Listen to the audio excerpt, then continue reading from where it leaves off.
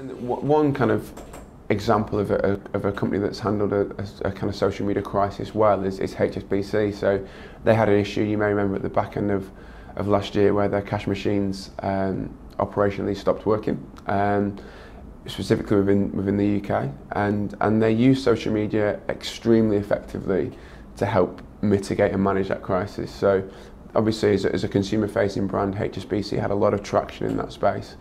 And was talked about vociferously. They also got a presence in social media, which meant that when their operations kind of stopped working effectively, it became a lightning rod for comments about the brand. So you had a lot of angry consumers complaining that on their Friday night they couldn't get cash out of the machine, their card was being declined.